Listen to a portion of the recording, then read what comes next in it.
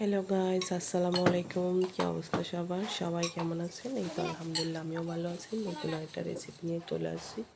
চট্টগ্রামের ঐতিহ্যবাহী একটা খাবার, খুব মজার একটা রেসিপি। আমার খুব পছন্দের একটা রেসিপি, সেটা হচ্ছে বিচি দিয়ে খই। এটা অনেক মজার। আজকে আমি আপনাদের সাথে রেসিপিটা শেয়ার করব। চলেন তাইলে দেখে নিই। আমি প্রথমে ঘি থেকে কী করলাম, চলেন আসেন দেখে নিই। এর জন্য প্রথমে আমি এই ভেলং আর হচ্ছে শিমের বিচি মিক্স হচ্ছে নিয়ে নিচ্ছি প্রায় 1 পা মতো। এগুলা প্রথমে আমি ভালো করে মানে ভেঙে চুলার মধ্যে তারপর হচ্ছে পরিষ্কার করে নিয়ে নিছি। নিয়ে নেওয়ার পরে দেন হচ্ছে এখানে আমি পরিমাণ মতো পানি দিয়ে সেটা হচ্ছে ভিজিয়ে রাখবো যাতে করে নরম হয়ে যায়।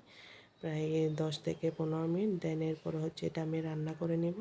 এখানে আমি হাফ লিটার হচ্ছে তরল দুধ নিয়ে নিছি। এগুলা একটু জাল করে প্রথমে আমি ঘন করে নিব।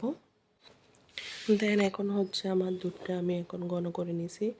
এরপর হচ্ছে আমি নারকেল দিয়ে দেব। নারকেল 1 বাটি মতন দিয়ে দিব। আমার হচ্ছে নারকেলটা আমি ফ্রিজে ফ্রোজেন করে রাখছিলাম, এই নারকেলটা দিয়ে দিচ্ছি। আপনারা চাইলে নর্মাল নারকেলটাও ব্যবহার করতে পারবেন, এটা কোনো সমস্যা নেই। তো দেন এরপরে কী করছি, আমি এখানে 3 চামচ চিনি হচ্ছে অ্যাড করে দিছি। এরপরে হচ্ছে আমি মতো লবণ দিয়ে দিছি। লবণ দিয়ে দেওয়ার পরে দেন হচ্ছে আমি নেড়ে চেড়ে এগুলা সিদ্ধ করে নিব।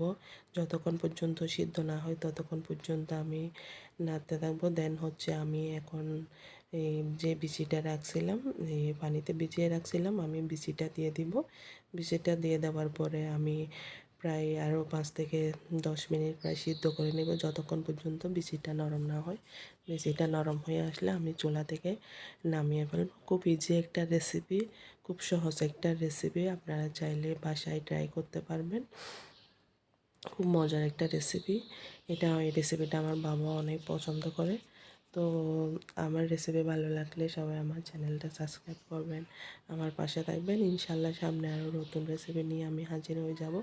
এই পর্যন্ত সবাই ভালো থাকবেন, সুস্থ থাকবেন। আবার দেখা হবে। আসসালামু আলাইকুম।